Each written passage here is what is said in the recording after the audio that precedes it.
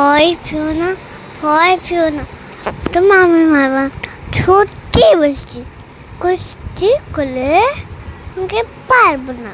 তোমার বড্ড নরম, হারে আমার হাতে নেই। তোমার আমি চিবিয়ে খাবো এমন আমার হাতে না। মাথার মান সেদিনকে ভয় পেয়েছে কত না, জানো না?